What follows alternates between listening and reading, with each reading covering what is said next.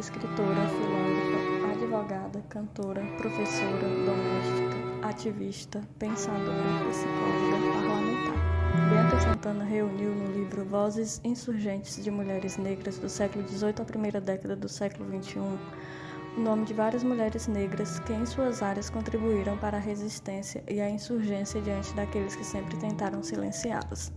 A pesquisa feita por Bianca coaduna escritos e ações de mulheres que são exemplos e inspiram novas gerações. Mulheres potentes nas suas vivências, que estimulam várias outras e passam um saber ancestral para continuarmos levando essas vozes para mais longe. Acompanhe algumas dessas mulheres a seguir.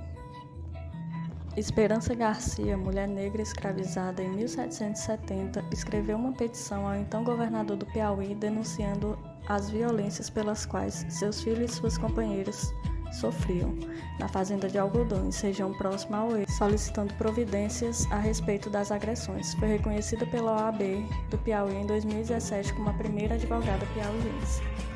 Antonieta de Barros foi a primeira parlamentar negra do Brasil. Foi eleita deputada estadual por Santa Catarina em 1934 e 1947. Aprendeu a ler e a escrever tardiamente com uma pequena ajuda financeira de Vidal Ramos. Depois de alfabetizada, apaixonou-se pelos livros. Aos 17 anos, professora formada, fundou o curso particular Antonieta de Barros, que tinha como objetivo combater o analfabetismo de adultos carentes.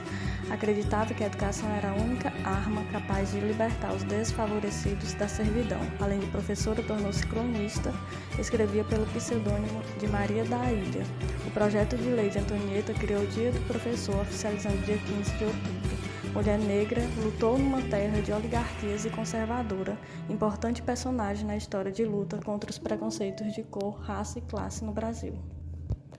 Laudelina de Campos Melo, pioneira na luta por direitos dos trabalhadores domésticos, em 1936, em Santos, fundou a primeira associação de empregadas domésticas do país. A situação da empregada doméstica era muito ruim. A maioria daquelas antigas trabalharam 23 anos e morriam na rua pedindo esmola.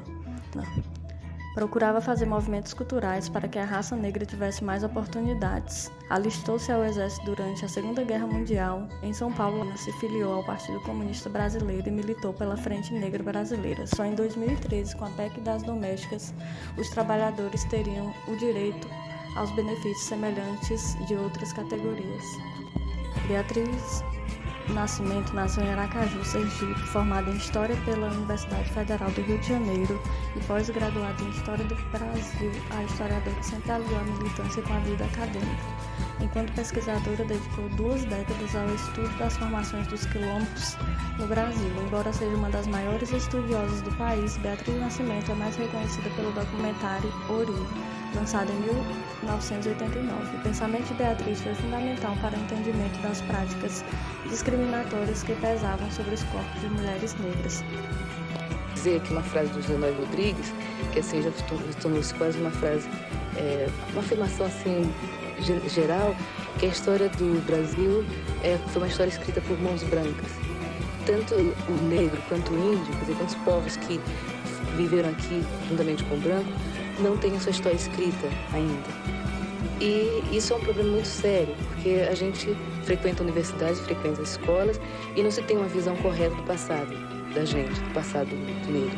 Então ela não foi somente omissa, e foi mais terrível ainda, porque ela, na parte que ela não foi omissa, ela negligencia fatos muito importantes e deforma muito a história do negro, quer dizer, tratando basicamente da escravidão e deixando de lado outras formas do negro viver no Brasil, como todo o processo de alforria que houve.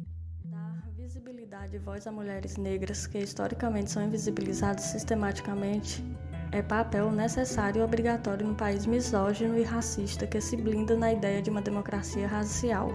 Levar para o mundo perspectivas de mulheres que não eram reconhecidas, como fala Bianca na apresentação do livro, pavimenta um caminho para que cada vez mais essas mulheres sejam reconhecidas. Uma ode às mulheres negras que passaram, às que estão na ativa e às que chegarão com um caminho aberto pelas ancestrais.